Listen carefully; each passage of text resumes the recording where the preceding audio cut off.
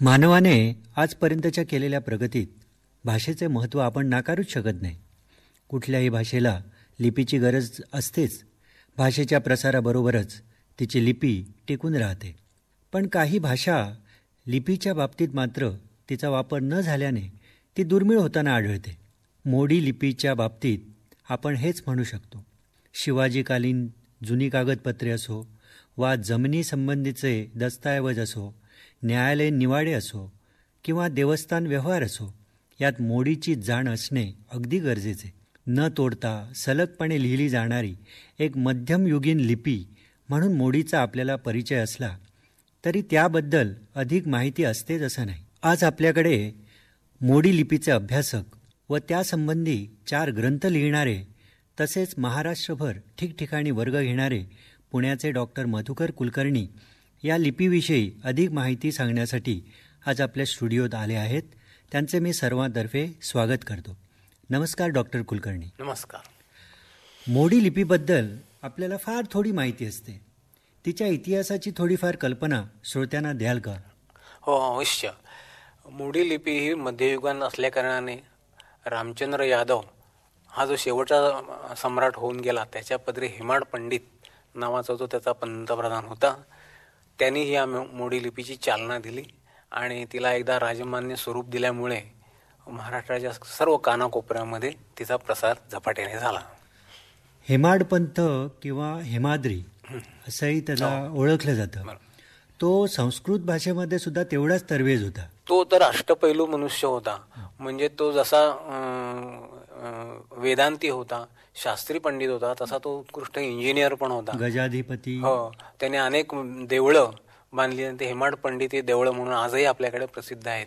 त्यानंतर तो उत्कृष्ट वैद्य होता, कवी होता. नाही, माझ्या म्हणण्याचा रोग असा होता की संस्कृतमध्ये त्याला ज्ञान असून सुद्धा त्यांनी मोडी लिपीचा लोकप्रिय का केली असेल? याचं कारण असं की मोडी संस्कृत हे ऱ्हस्व दीर्घ ज्याला विरामचिन्ह म्हणतात त्यांनी बद्ध अशी व्याकरणबद्ध अशी भाषा आहे.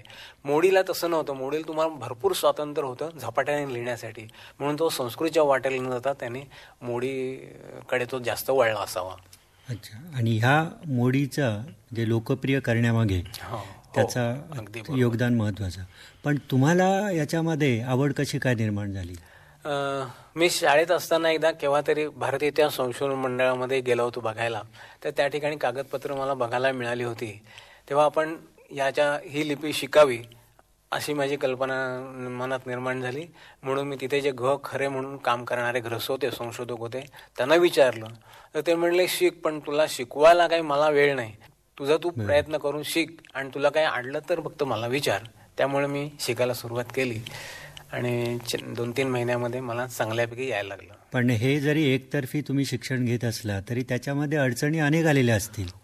खूपच. कारण त्यावेळेला मला मटेरियल असं काही फारसं मिळालंच नव्हतं. त्यामुळे एकदम मी 12 कड्या गिरवल्या आणि एकदम पत्र वाचायला सुरुवात केली.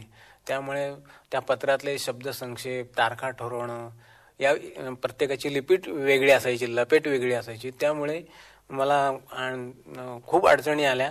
पण मी त्या लोकांकडनं सोडवून घेतल्या आणि एका वहीमध्ये तो नोंदवत गेलो. मोडी ही क्लिष्ट अशी तुम्हाला न वाटता त्याच्यामध्ये तुम्हाला गमतीच वाटू लागले की काय? हो, याचं कारण मोडीची जी वैशिष्ट्य आहेत त्याच्यामध्ये तुम्हाला ती सलग लिहिलेली असते, कुठेही शब्द तोडलेले नसतात. त्यामुळे तुम्हाला तो शब्द माहीत असेल, आज मी मुंबईला जातो, हे जर माहीत असेल, मुंबई हा शब्द माहीत असेल तर तुम्ही मुंबई उच्चारू शकाल. नाही तर इकडचे शब्द इकडे, इकडचे अक्षर इकडे आणि इकडचे अक्षर वेगळाच शब्द तयार होतो. म्हणजे उदाहरणार्थ, रस्त्यात नाच तमाशे चालले होते हे वाक्य रस्त्यात नाचत मासे चालले होते असं चुकीच्या ठिकाणी तोडल्यामुळे होऊ शकतं.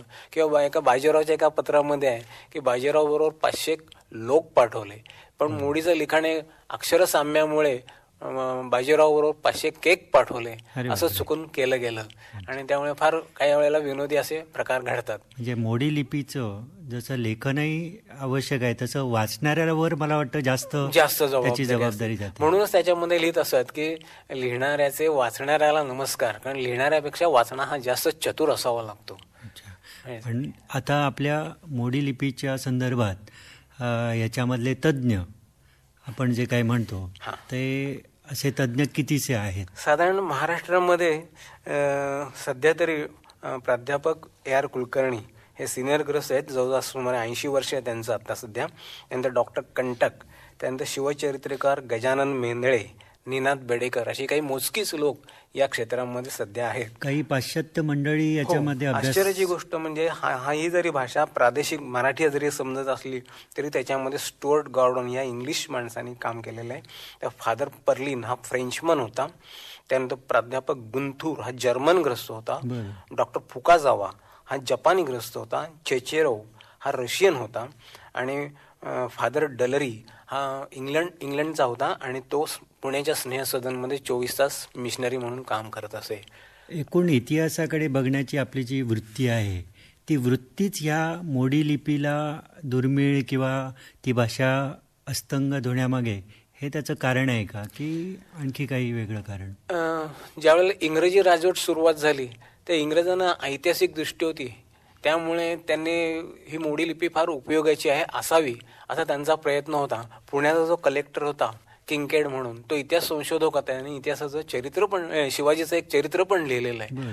तर त्यांनी कमिटी नेमली 4-5 शास्त्री पंडितांची आणि त्यांना विचारलं की ही मोडी चालू ठेवावी का बंद करावी. वास्तविकपणे त्यांनी उलटा आग्रह धरायला पाहिजे होता की मोडी असली पाहिजे, कारण ते स्वकीय होते. पण उलट झालं. ते म्हणाले मोडी ही लिपी भ्रष्ट आहे, याला काही व्याकरणाचे नियम नाहीत,